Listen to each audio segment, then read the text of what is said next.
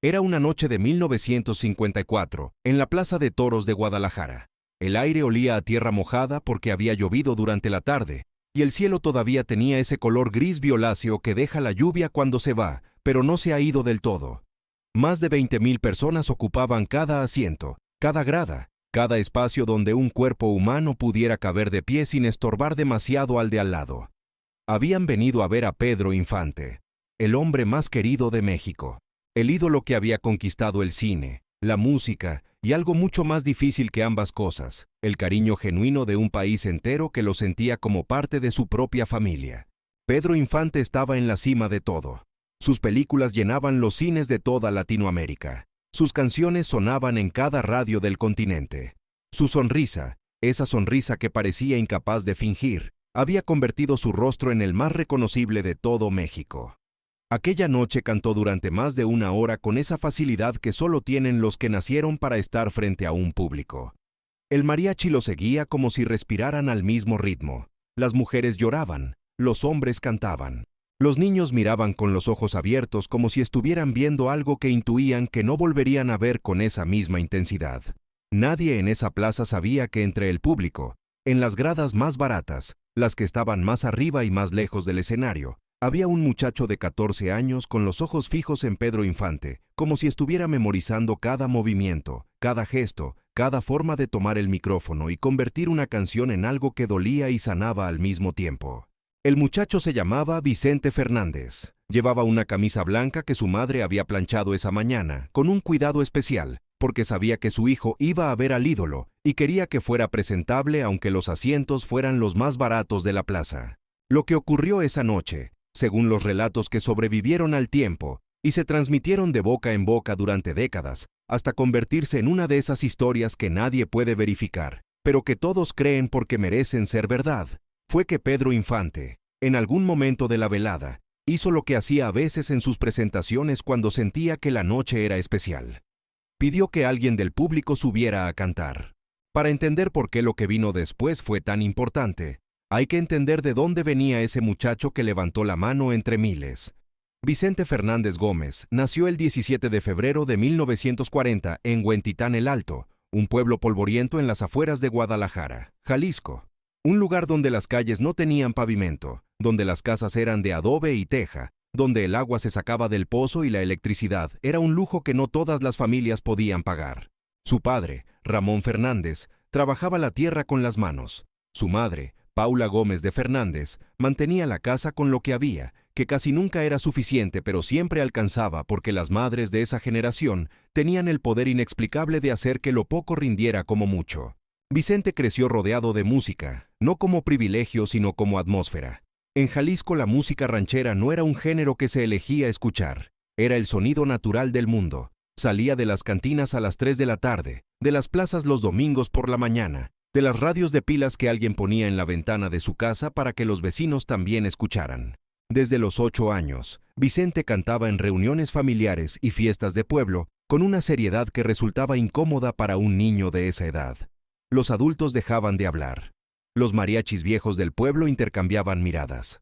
Había algo en esa voz infantil que no correspondía con el cuerpo que la contenía.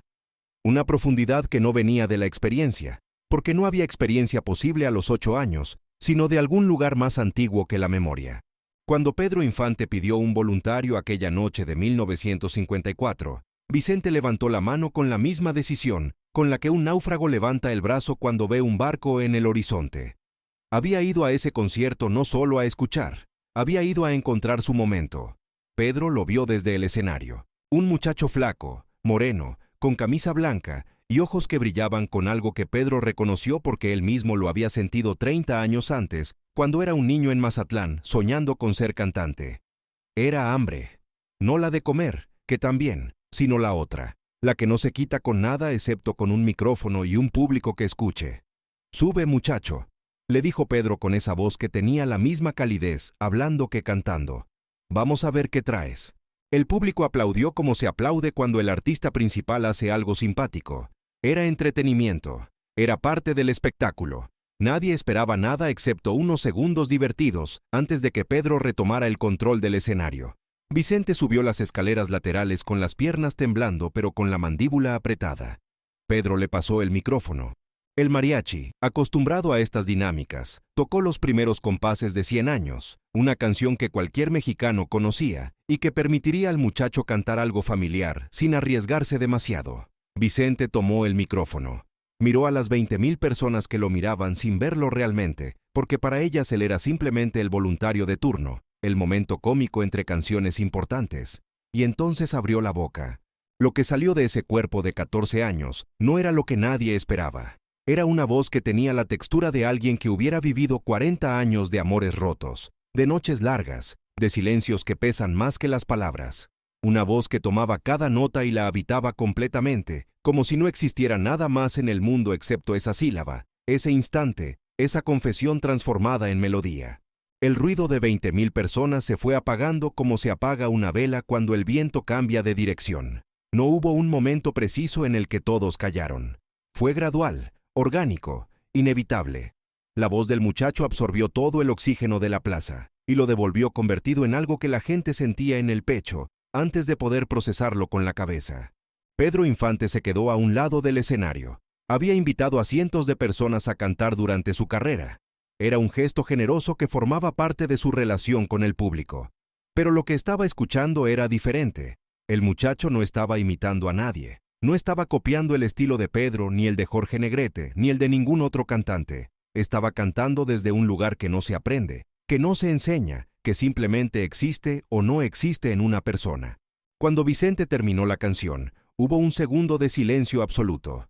Ese silencio que solo ocurre cuando un público necesita un instante para regresar de donde la música lo llevó. Y después, el aplauso. No el aplauso cortés que se le da al voluntario simpático. El aplauso verdadero. El que sacude las gradas, el que hace vibrar el aire, el que dice, sin que nadie lo diga con palabras, que algo acaba de ocurrir que no estaba en el programa pero que nadie va a olvidar. Pedro Infante se acercó al muchacho, le puso la mano en el hombro y dijo algo que las personas que estuvieron cerca del escenario esa noche repitieron durante años con variaciones menores, pero con el mismo significado de fondo. Dijo que ese muchacho iba a hacer llorar a México entero, que no dejara de cantar nunca, que el talento como el suyo no aparecía 2 veces en una generación. Lo que vino después de esa noche fue exactamente lo opuesto a lo que la profecía de Pedro Infante sugería. No hubo camino fácil. No hubo puerta que se abriera porque un muchacho de 14 años había impresionado al ídolo más grande del país. Lo que hubo fue una década de pobreza, rechazo y persistencia que habría destruido a cualquier persona con menos convicción. En 1957, 3 años después de aquella noche en la plaza, Pedro Infante murió en un accidente de aviación en Mérida. México lloró como no había llorado por nadie. Las calles se llenaron de flores, de música, de personas que sentían que habían perdido a un miembro de su familia. Vicente Fernández, que ya tenía 17 años, escuchó la noticia en una radio de la casa de un conocido en Guadalajara y lloró también. No solo porque había perdido al ídolo que lo había señalado frente a 20,000 personas, sino porque con la muerte de Pedro se cerraba una era y se abría un vacío que alguien tendría que llenar. Vicente no sabía entonces que ese alguien sería él. Lo que sabía era que no tenía dinero, que no tenía contactos en la industria musical, que no tenía nada excepto esa voz que Pedro Infante había reconocido y una determinación que bordeaba la terquedad patológica. A los 14 años se fue a Guadalajara a buscar trabajo como cantante. Durmió en casas de conocidos que no lo conocían lo suficiente como para sentirse cómodos con su presencia. Cantó en restaurantes a cambio de un plato de comida. Cantó en bodas donde a veces le pagaban 10 pesos y a veces no le pagaban nada porque el novio gastó todo en el tequila. Cantó en cantinas donde el público estaba demasiado borracho para escuchar, pero donde al menos había un micrófono y un espacio que se parecía, si uno cerraba los ojos, a un escenario de verdad. Durante casi 10 años, Vicente Fernández fue un fantasma musical en Guadalajara. Todos lo habían escuchado alguna vez. Nadie lo contrataba en serio. Era demasiado joven, demasiado desconocido, demasiado ranchero para los empresarios que querían artistas con nombre, con disco grabado, con algo que justificara la inversión. En 1960 grabó sus primeras canciones en disqueras pequeñas de Guadalajara, que producían vinilos de distribución regional. Los discos no generaron dinero real, pero le dieron algo más importante. Le dieron la comprensión de cómo funcionaba su voz dentro de un estudio. Cómo el micrófono capturaba matices que el oído en vivo no percibía. cómo controlar la respiración para que cada frase tuviera el peso exacto que necesitaba. En 1966, con 26 años y 10 años de intentos acumulados, tomó un autobús a la Ciudad de México.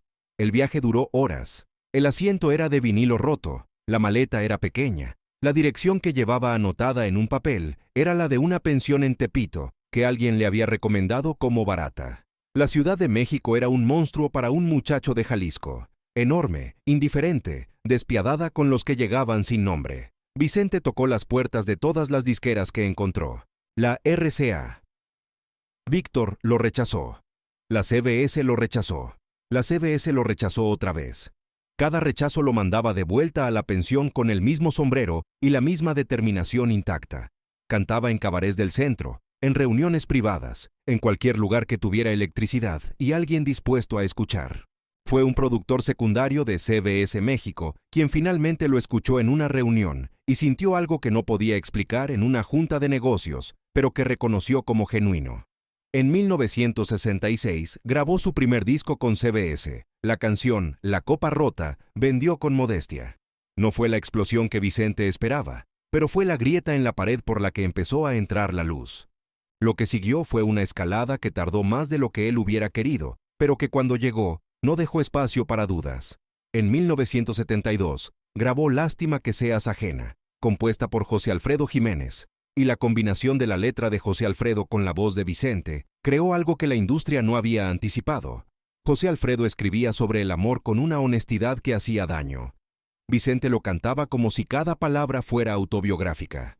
La alquimia fue devastadora. En 1976 llegó Volver. Volver. La canción que lo cambió todo. Compuesta por Fernando Maldonado, era la historia más vieja del mundo. Un hombre que ama a una mujer, que sabe que ese amor lo destruye y que no puede evitar regresar. Vicente la cantó de una forma que hizo que millones de personas sintieran que les estaban describiendo su propia vida. Volver. Volver cruzó todas las fronteras. Sonó en radios de Latinoamérica, de Estados Unidos, de España. Se convirtió en el himno no oficial de todos los corazones rotos que hablan español. En 1977, Vicente Fernández llenó el Palacio de los Deportes de la Ciudad de México con 40,000 personas. Fue la primera vez que un cantante de música ranchera llenaba un recinto de ese tamaño. El récord se mantuvo durante años. Los discos vendían en cifras que la industria no había visto para un artista de su género. Entre 1972 y 1990, acumuló 15 discos de platino solo en México.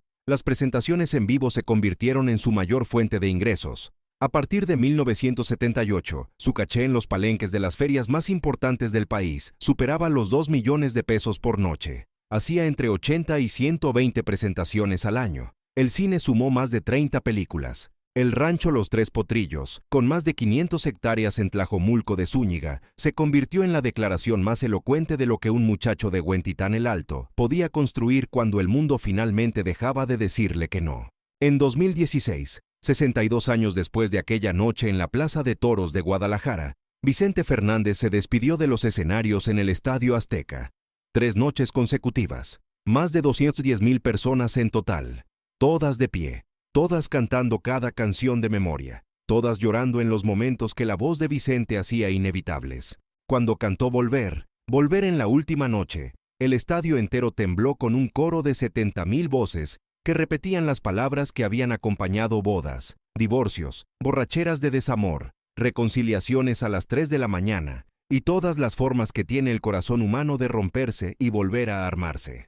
Vicente Fernández murió el 12 de diciembre de 2021, el Día de la Virgen de Guadalupe, a los 81 años. México se detuvo otra vez como se había detenido en 1957 cuando murió Pedro Infante. Las calles se llenaron de música, los mariachis tocaron sin que nadie se los pidiera. Las redes se inundaron de videos de personas cantando desde sus casas, desde sus autos, desde las esquinas donde alguna vez un muchacho sin nombre cantaba por 10 pesos y un plato de comida. La historia de Vicente Fernández empezó en una noche donde el hombre más querido de México señaló a un niño entre 20,000 personas y lo invitó a cantar. El niño cantó. La plaza se quedó en silencio.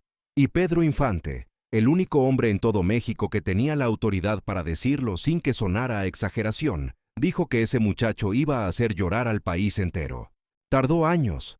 Tardó una década de hambre, de rechazos, de noches en pensiones baratas y mañanas cantando en restaurantes vacíos. Pero cuando llegó, llegó con la fuerza de todo lo que había acumulado en el camino. Y cada productor, cada disquera, cada empresario que le cerró la puerta, tuvo que vivir el resto de su carrera, sabiendo que había tenido enfrente al heredero legítimo de Pedro Infante, al artista más grande que la música ranchera produciría en el siguiente medio siglo, y no lo había reconocido. Pedro Infante sí lo reconoció. En una noche, en una plaza, con una sola canción, porque el talento verdadero no necesita currículum, solo necesita un momento, y a alguien con los oídos suficientemente limpios para escucharlo.